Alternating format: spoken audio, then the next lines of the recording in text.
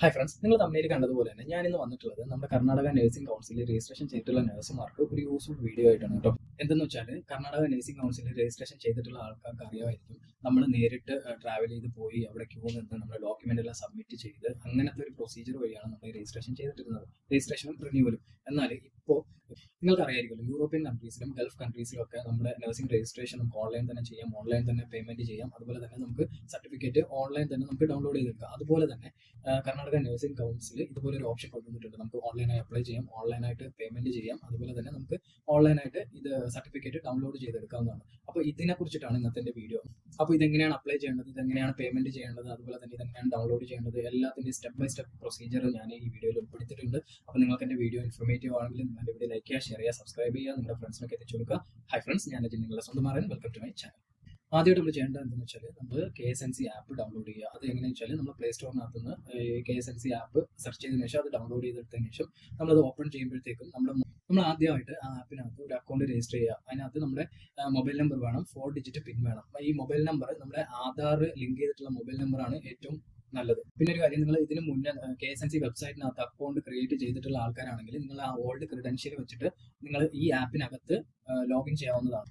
നിങ്ങൾ ലോഗിൻ ചെയ്ത് കഴിഞ്ഞാൽ ഇങ്ങനെ ഒരു ഡാഷ്ബോർഡ് നിങ്ങൾക്ക് കാണാൻ കഴിയും. അതിനകത്ത് നമ്മുടെ ആധാർ KYCയും നമ്മുടെ ഡിജി ലോക്കർ KYCയും നമ്മൾ ചെയ്യേണ്ടതാണ്. നമ്മൾ ആധാർ KYC ഓപ്ഷൻ ക്ലിക്ക് ചെയ്തതിന് ശേഷം നമ്മുടെ ആധാർ നമ്പറും അതുപോലെ തന്നെ നമ്മൾ ആധാർ ലിങ്ക് ചെയ്തിട്ടുള്ള മൊബൈൽ നമ്പറും എൻ്റർ ചെയ്ത് കൊടുക്കുക. അത് കഴിഞ്ഞതിന് ശേഷം നമ്മൾ സബ്മിറ്റ് ചെയ്യുമ്പോഴത്തേക്കും ഒരു OTP വരും. ആ OTP വാലിഡേറ്റ് ചെയ്ത് കഴിയുമ്പോഴത്തേക്കും നമ്മുടെ ആധാർ വെരിഫൈ ആകുന്നതായിരിക്കും. അപ്പോൾ ഈ ആധാർ വെരിഫൈ ആകുമ്പോഴത്തേക്കും നമ്മുടെ ആധാറിലുള്ള ഡീറ്റെയിൽസ്, പേഴ്സണൽ ഡീറ്റെയിൽസ്, അഡ്രസ്സ് എല്ലാം നമുക്ക് ഈ KSNC ആപ്പിനകത്ത് ഫെച്ച് ആവുന്നതാണ്. അടുത്ത സ്റ്റെപ്പ് എന്താണെന്ന് വെച്ചാൽ നമ്മുടെ പേഴ്സണൽ ഡീറ്റെയിൽസ് ഇതിനകത്ത് ആഡ് ചെയ്യണം. ഓൾറെഡി നമ്മൾ ആധാറുമായിട്ട് ലിങ്ക് ചെയ്തത് കാരണം നമ്മുടെ ആധാറിലുള്ള ഡീറ്റെയിൽസ് എല്ലാം ഇതിനകത്ത് വരും.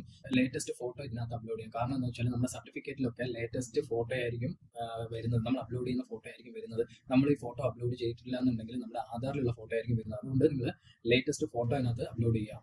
പിന്നെ ഒരു പ്രത്യേക കാര്യം ശ്രദ്ധിക്കേണ്ടത് എന്താണെന്ന് വെച്ചാൽ നമ്മുടെ നെയിമും ഡേറ്റ് ഓഫ് ബർത്തും ആധാറിലും അതുപോലെ തന്നെ SSLC മാർക്സ് കാർഡിലും എല്ലാം സെയിം ആയിരിക്കണം. അതുപോലെ തന്നെ നമ്മുടെ എല്ലാ ഡോക്യുമെന്റ്സിലും നമ്മുടെ നെയിമും ഈ ഡേറ്റ് ഓഫ് ബർത്തും എല്ലാം സെയിം ആയിരിക്കണം. നെക്സ്റ്റ് നമ്മുടെ കോൺടാക്ട് ഡീറ്റെയിൽസ് ഒക്കെ ആഡ് ചെയ്യുക. കോൺടാക്ട് ഡീറ്റെയിൽസ് ഒക്കെ ആഡ് ചെയ്തതിന് ശേഷം നമ്മുടെ എഡ്യൂക്കേഷൻ ഡീറ്റെയിൽസ് ആഡ് ചെയ്യാൻ നോക്കുക. അതായത് എന്തൊക്കെയെന്ന് വെച്ചാൽ ഞാനിപ്പോൾ പറഞ്ഞുതരാം. നമ്മുടെ ഡിഗ്രി, അതുപോലെ തന്നെ year of passing, name of the college, university, registration number, അതുപോലെ തന്നെ student name, date of birth, അതുപോലെ തന്നെ PDC degree, completed month and year, അതുപോലെ തന്നെ PDC നമ്പർ, സർട്ടിഫിക്കറ്റ്സ്. അപ്പോൾ ഇതെല്ലാം നമ്മൾ ടൈപ്പ് ചെയ്ത് കൊടുക്കുക. അത് കഴിഞ്ഞ് നമ്മൾ ചെയ്യേണ്ടതെന്ന് വെച്ചാൽ നമ്മുടെ സർട്ടിഫിക്കറ്റിന്റെ രജിസ്ട്രേഷൻ നമ്പർ ഉപയോഗിച്ചിട്ട് നമ്മുടെ PDC ഈ ആപ്പിലോട്ട് നമ്മൾ ഫെച്ച് ചെയ്യുക. നമ്മൾ പ്രത്യേകിച്ച് ഒരു കാര്യം ശ്രദ്ധിക്കുക, നമ്മുടെ ഡേറ്റ് ഓഫ് ബർത്ത് നമ്മുടെ ആധാറിലും അതുപോലെ തന്നെ നമ്മുടെ സർട്ടിഫിക്കറ്റിലും എല്ലാം സെയിം ആയിരിക്കണം. എന്നാൽ മാത്രമേ നമുക്ക് ഫർദർ പ്രൊസീജിയറിലോട്ട് അങ്ങോട്ട് നമുക്ക് പോകാൻ കഴിയൂ. അടുത്ത സ്റ്റെപ്പാണ് നമ്മുടെ ഓൺലൈൻ പേയ്മെന്റ്. നിങ്ങൾ ഒരു പ്രത്യേക കാര്യം ശ്രദ്ധിക്കുക, നമ്മുടെ ഡേറ്റ് ഓഫ് ബർത്തും നെയിമും എല്ലാ ഡോക്യുമെന്റിലും സെയിം ആയിരുന്നാൽ മാത്രമേ നമുക്ക് ഓൺലൈൻ പേയ്മെന്റ് ചെയ്യാൻ കഴിയുള്ളൂ. നമ്മൾ ഓൺലൈൻ പേയ്മെന്റ് ചെയ്ത് കഴിഞ്ഞാൽ നമ്മുടെ ഈ പ്രോസസ്സ് ഫിനിഷ് ആവുന്നതായിരിക്കും. പിന്നെ നമ്മൾ അപ്പോയിന്റ്മെന്റ് എടുക്കുകയോ നമ്മൾ ഡയറക്റ്റ് പോവുകയോ അങ്ങനെ ഒന്നും ചെയ്യേണ്ട കാര്യമൊന്നുമില്ല.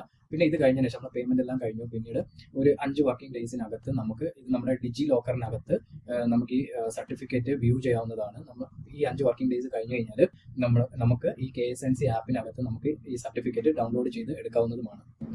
അപ്പോൾ എല്ലാവർക്കും ഒരു ഡൗട്ട് ഉണ്ടാവും, എന്താണ് ഈ ഡിജി ലോക്കർ? ഒരുപാട് പേർക്ക് അറിയാമായിരിക്കും, ഒരുപാട് പേര് ഇത് യൂസ് ചെയ്യുന്നതായിരിക്കും.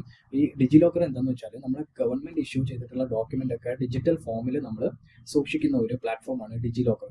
അപ്പോൾ ഇതിനകത്ത് എന്തൊക്കെ ഡോക്യുമെന്റ് ആണ് നമ്മൾ സൂക്ഷിക്കുന്നത് വെച്ചാൽ നമ്മുടെ ഡ്രൈവിംഗ് ലൈസൻസ്, RC ബുക്ക്, നമ്മുടെ പാൻ കാർഡ്, നമ്മുടെ റേഷൻ കാർഡ്, അതുപോലെ തന്നെ നമ്മുടെ 10ലെയും +2ലെയും മാർക്സ് കാർഡ്, SSLCയിലെ മാർക്സ് കാർഡ്, ഇതെല്ലാം നമ്മൾ ഇതിനകത്ത് സൂക്ഷിക്കാവുന്നതാണ്. അപ്പോൾ ഈ സർട്ടിഫിക്കറ്റ്സ് ഒക്കെ ഡിജി ലോക്കറിനകത്ത് സൂക്ഷിക്കാൻ എന്ത് ചെയ്യാന്ന് വെച്ചാൽ നമ്മൾ ആദ്യം പ്ലേ സ്റ്റോറിൽ പോയിട്ട് ഈ ഡിജി ലോക്കർ ആപ്പ് ഡൗൺലോഡ് ചെയ്തെടുക്കുക. അത് കഴിഞ്ഞതിന് ശേഷം നമ്മുടെ ആധാർ ലിങ്ക്ഡ് ആയിട്ടുള്ള മൊബൈൽ നമ്പർ ഉപയോഗിച്ചിട്ട് ഈ ആപ്പ് രജിസ്റ്റർ ചെയ്യുക. രജിസ്റ്റർ ചെയ്തതിന് ശേഷം ഇതിനകത്ത് കുറേ ഓപ്ഷൻസ് വരും. നമ്മുടെ ഇതുപോലെ ഏതൊക്കെ സർട്ടിഫിക്കറ്റ് ആണ് നമുക്ക് ഇതിനകത്തോട്ട് ആഡ് ചെയ്യേണ്ടതുള്ളത്. അപ്പോൾ ഇപ്പോൾ പാൻ കാർഡ് ആണെങ്കിൽ നമ്മുടെ ഈ പാൻ കാർഡ് എന്നൊരു ഓപ്ഷൻ ഉണ്ടാവും. ആ പാൻ കാർഡ് എടുത്തിട്ട് പാൻ കാർഡ് നമ്പർ അതുപോലെ തന്നെ ഒരു OTP വെരിഫൈ ഒക്കെ വരും. അതെല്ലാം നമ്മൾ ചെയ്ത് കഴിയുമ്പോഴത്തേക്ക് ആ പാൻ കാർഡ് ഇതിനകത്ത് ഫെച്ച് ആവും. അതുപോലെ തന്നെ ആധാർ ഫെച്ച് ആവും. അതുപോലെ തന്നെ ഇതെല്ലാം നമ്മൾ ആ ഓപ്ഷൻ തിരഞ്ഞെടുത്തതിന് ശേഷം അതിൻ്റെ ഡീറ്റെയിൽസ് അവർ പറയുന്നത് ഇന്നതൊക്കെ നമ്മൾ പിന്നെ ടൈപ്പ് ചെയ്ത് കൊടുത്തിട്ട് സബ്മിറ്റ് ചെയ്യുമ്പോഴത്തേക്കും പിന്നെ ഒരു വെരിഫിക്കേഷൻ ഉണ്ടാവും, OTP വെരിഫിക്കേഷൻ. ഈ OTP വെരിഫിക്കേഷൻ കഴിയുമ്പോഴത്തേക്ക് അത് ഫെച്ച് ഓട്ടോമാറ്റിക്കായിട്ട്. അപ്പോൾ ഇതാണ് ഈ ഡിജി ലോക്കറിന്റെ ഉപയോഗം കേട്ടോ. അപ്പോൾ നിങ്ങൾക്ക് എൻ്റെ വീഡിയോ ഇൻഫോർമേറ്റീവ് ആയെന്ന് ഞാൻ വിശ്വസിക്കുന്നു. നിങ്ങൾക്ക് എൻ്റെ വീഡിയോ ഇൻഫോർമേറ്റീവ് ആയിട്ടുണ്ടെങ്കിൽ നിങ്ങൾ എൻ്റെ വീഡിയോ ലൈക്ക് ചെയ്യുക, ഷെയർ ചെയ്യുക, സബ്സ്ക്രൈബ് ചെയ്യുക, നിങ്ങളുടെ ഫ്രണ്ട്സിനൊക്കെ എത്തിച്ചു കൊടുക്കുക. പ്രത്യേകിച്ച് നിങ്ങളുടെ ഫ്രണ്ട്സിൻ്റെ ഗ്രൂപ്പിലൊക്കെ ഷെയർ ചെയ്ത് കൊടുക്കുക. അപ്പോൾ നമുക്കിനി ഇതുപോലെ അടുത്തൊരു വീഡിയോയിൽ കാണാം. താങ്ക്